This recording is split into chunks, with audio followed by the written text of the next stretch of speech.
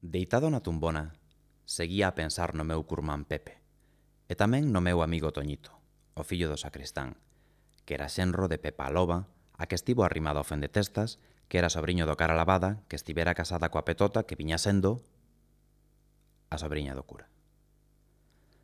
Pois este marchou a Cuba a gañar a vida. Alí empezou traballando nun café. Os 2 anos xa lle mercou o negocio o seu patrón. Nos 5 seguintes, fíxose dono de 3 cafeterías, 2 restaurantes, un hotel e dun local nocturno frecuentado pola flor nata da Habana. Non era, nin máis nin menos, que o Tropicana, donde se podía escoitar en directo os mellores músicos cubanos, facendo música como esta.